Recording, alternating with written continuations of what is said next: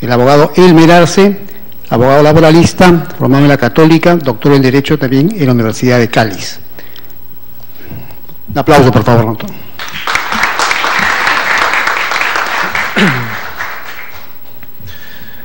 Bueno, antes que nada, buenas tardes, agradecerle al congresista Damer también la invitación y la oportunidad de poder estar en un foro tan importante. Y creo que ya luego de la exposición y de la explicación de la norma que nos ha hecho el profesor Javier Neves, queda quizás ir planteando algunos temas de reflexión,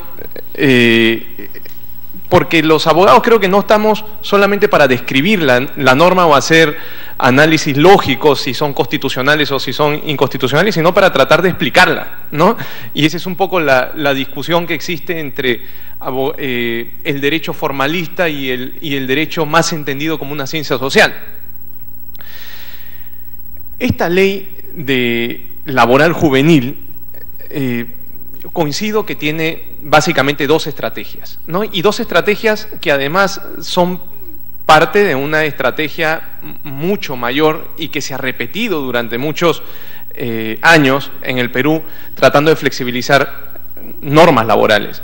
Primero, una estrategia política, y la estrategia política es el de individualizar las relaciones laborales y el de impulsar cierto egoísmo en los trabajadores, ¿no?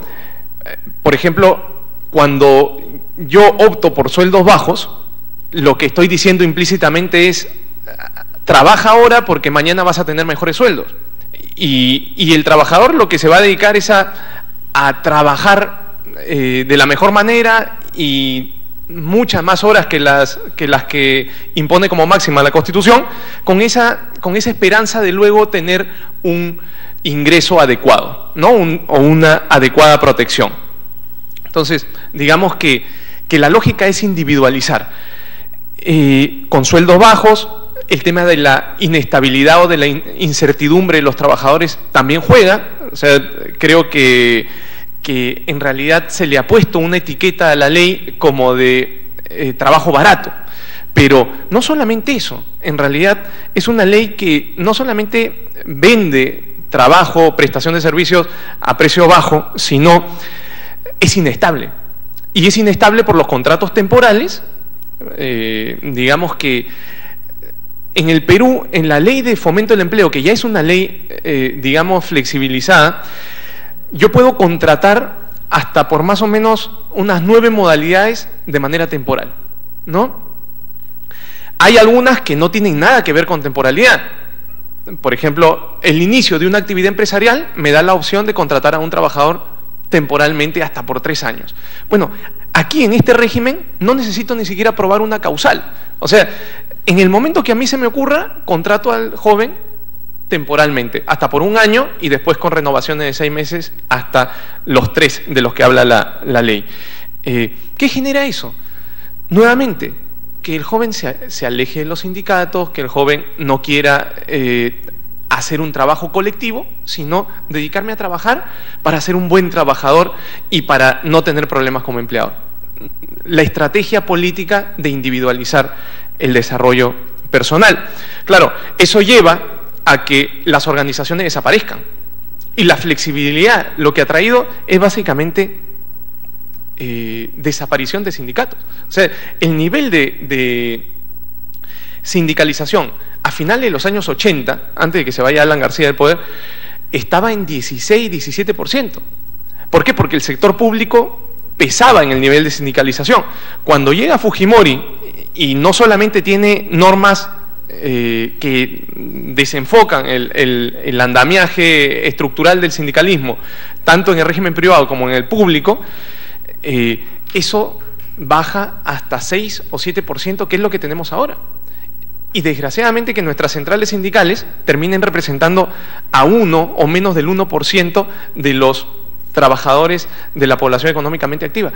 En realidad, claro, se ha desestructurado el movimiento, institucionalizado, y aparece esta fuerza juvenil que, como ha dicho el maestro Neves, ha venido a salvarnos a todo el ámbito laboral, porque estábamos dormidos, ¿no? claro, es inorgánica. Y lo que se tiene miedo es que precisamente pase de la inorganicidad a una organización que comience a generar propuestas, porque el tema no puede acabar en una derogación de la ley. El tema tiene que pensar el joven que luego va a ser un trabajador cuando pase los 24 años y que quiere tener un sistema de relaciones laborales adecuado a su formación, adecuado a ciertos intereses, ¿no?, que todos tenemos. Pero al lado de la estrategia política hay una estrategia económica y que deja muy mal parado a los empresarios peruanos. Hay dos formas de aumentar las utilidades. Uno es aumentando la rentabilidad de la empresa, o sea, trayendo mejor tecnología, siendo más competitivos en el ámbito externo, vendiendo mucho más y creando más puestos de trabajo. Pero hay otra forma más fácil, que es no hago todo lo demás y le quito al que menos tiene. Entonces, reduzco costos laborales y automáticamente mi utilidad va a aumentar, ganando lo mismo, o sea, vendiendo lo mismo todos los años. Si es que antes yo pagaba 150, ahora voy a pagar 105, obviamente esos 45 van a mi bolsillo como empresario. La estrategia económica también está planteada y nos han vendido una idea desde los años 90 en que efectivamente esto iba a funcionar y habría que preguntarse cuántas empresas peruanas con toda la flexibilidad laboral de hace 25 años son realmente exitosas y competitivas en el ámbito, ya no internacional, sino en el ámbito, digamos, sudamericano. Entonces la reflexión va un poco más allá de la propia ley. ¿Cuál sería la finalidad del derecho social, digamos, del derecho laboral? Cuando nace OIT, ¿no?, en el periodo de posguerra, en la Primera Guerra Mundial, 1919, y se firma la Constitución, lo que se busca, uno de los objetivos es humanizar las relaciones laborales. ¿Qué significa humanizar las relaciones laborales? ¿Ganar más? No, porque podemos seguir siendo esclavos ganando muchísimo. Tenemos que entender que humanizar las relaciones laborales es poner límite al poder de dirección empresarial y al poder político que quiere quitarnos nuestra propia libertad. Desgraciadamente, por ejemplo, lo que pasó en España en los últimos años fue que creció mucho los poderes políticos y sindicales, políticos y empresariales seguían en las mismas manos y los españoles ganaban mucho mejor, pero no cambiaba nada. Y no iba a cambiar nada porque el poder seguía en las mismas manos. El tema es disputar poder dentro de la empresa y disputar poder fuera de la empresa. Por eso cuando a veces los convenios colectivos de los trabajadores se centran solamente en condiciones económicas, es un grave error. Es verdad que se necesita, y con los sueldos que tenemos en el país es necesario mejorar nuestros salarios, pero el tema de más largo aliento está en disputarle poder al empresario. Y una vez que yo le disputo poder, luego voy a poder tener mejoras salariales y económicas de otro tipo. Para mí, y esto lo aprendí en las aulas de la Universidad Católica, teniendo como profesor al profesor Neves, digamos que lo que quiere el derecho al trabajo es un trabajador realmente libre, ¿no? O sea, que tenga un poder de concretar su plan de vida, no que seamos subordinados dirigidos por otros, sino un plan de vida laboral. Y eso significa enfrentar dos poderes: el poder político, el que crea las normas, y el poder empresarial, que da las pautas, que da las directivas, que dice qué es lo que se tiene que hacer dentro de la empresa, ¿no? Creo que de esto hemos avanzado muy poco, y la flexibilización de los años 90 y este segundo embate que está viniendo a partir del 2000 también, tuvo claras muchas cosas. En primer lugar, debilitar la organización social en el ámbito político. No tenemos organizaciones y claramente una de esas bajas es el sindicalismo. Los dirigentes sindicales, sobre todo de confederaciones, como ya decíamos, estadísticamente no representan a nadie. Y hace falta que la gente se vea reflejada también en esos intereses de concreción de poder político, ¿no? La legislación laboral se dedicó a reforzar el poder del empresario dentro de la empresa. Y voy a poner algunos ejemplos, ¿no? Algunos ejemplos de cómo se ha ido desestructurando el poder político institucionalizado de los sindicatos y cómo se ha ido desestructurando también el poder de enfrentamiento dentro de la empresa. En primer lugar, la misma estrategia, individualización de las relaciones laborales. Quiebre de la estabilidad laboral. Recordarán ustedes que el año 96, después de la Ley de Estabilidad Laboral, la 24514, que curiosamente la creó Alan García en su primer gobierno, en el año 86, la deroga Fujimori 10 años después, y lo que llega a decir es que ante un despido sin causa, digamos, correspondía el pago de una indemnización. A Telefónica se le ocurrió el año 99 despedir a 450 trabajadores y decirles, váyanse, ya no vengan mañana y pasen mañana por tesorería a recoger sus indemnizaciones. Craso error. El Tribunal Constitucional evaluó esa demanda y optó por la reposición de esos 450 trabajadores, ¿no? Que la mayoría eran además dirigentes sindicales. Curiosa coincidencia. Entonces, la estabilidad se quebró en tanto podía despedir fácil, o sea, podía despedir y le pagaba simplemente con una indemnización baja, y podía contratar temporalmente fácil, o sea, sin muchos problemas de causalidad. Esto generó incertidumbre y ha venido generando incertidumbre. Los regímenes laborales especiales a los que hacía mención el profesor Neves, ¿cuáles son? Claro, MIPES, con la inclusión de mediana empresa, lo mismo, posibilidades de contratación temporal prácticamente incausado y despido sin causa a bajo precio de indemnización. El CAS lo mismo, ¿no? La flexibilidad remunerativa es otro tema digno de análisis de cómo las relaciones laborales se han ido individualizando y lo colectivo ha ido pasando a un segundo plano. Lo colectivo, desde fuera de las normas, se empañó de negro también porque casi todos los dirigentes sindicales eran terroristas, ¿no? Entonces, eso influyó también en la cultura general. No obstante, las normas hicieron lo suyo. Hoy en día, la flexibilidad remunerativa está jugando un papel sumamente importante. Un catedrático español de la Universidad de Sevilla, Cruz Villalón, dice, en realidad, el termómetro para saber si una legislación es flexible o es rígida está en la remuneración. Si yo regulo la remuneración, probablemente tendré una norma protectora. Si yo desregulo, será una norma más flexible.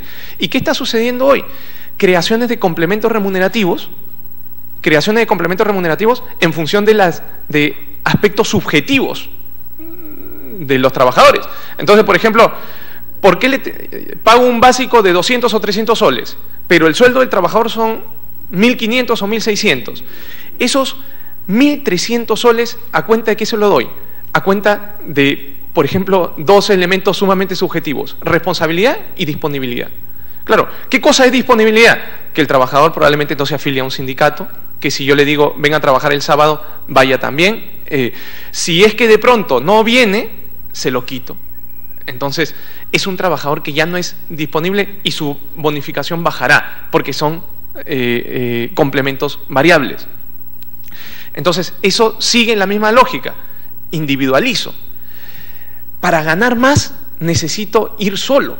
Ya no necesito al sindicato. Necesito ser bueno con el empleador y el empleador me dará su bendición y podré ganar un poco más. En el tema de los sindicatos, muchísimas cosas. Por ejemplo, ustedes saben que en el sector público no pueden negociar remuneraciones. Preguntémonos, ¿para qué sirve afiliarse a un sindicato si luego no puedo negociar remuneraciones en el sector público?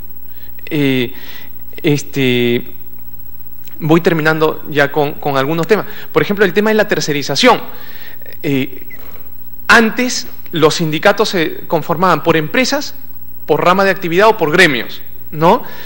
Hoy en día, un trabajador de una tercerizadora, por ejemplo, puede trabajar para 2 empresas. Yo puedo ser un especialista en mantenimiento de maquinaria y trabajo para una minera, pero después un compañero mío trabaja para una constructora, manteniendo maquinaria también, porque es mi especialidad. ¿A qué rama pertenezco? ¿A la minería o pertenezco a la construcción? No se sabe.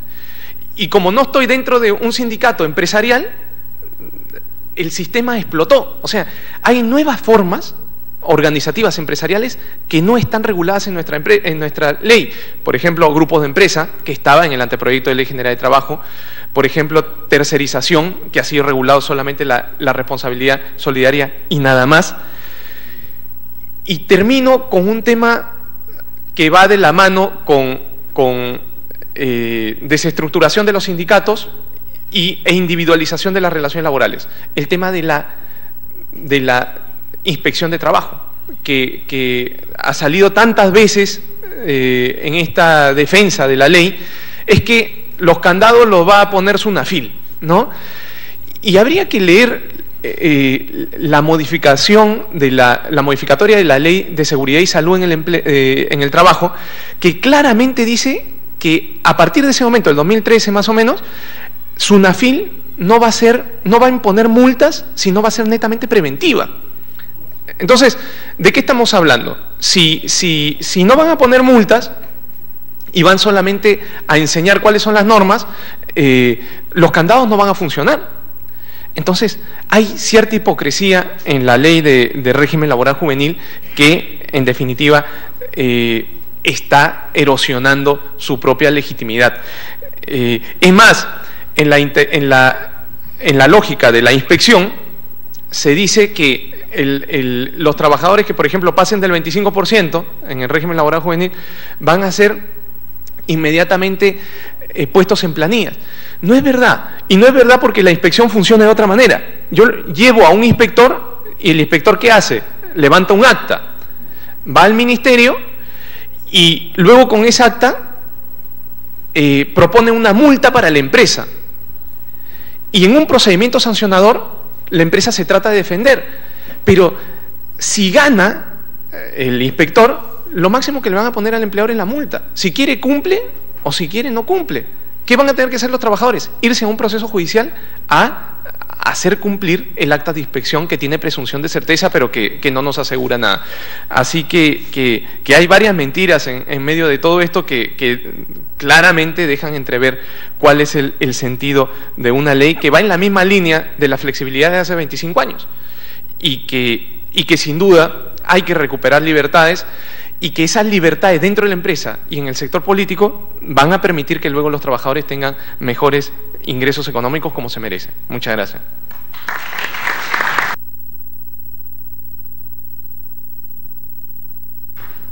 Agradecemos al doctor Elmer Arce por su exposición.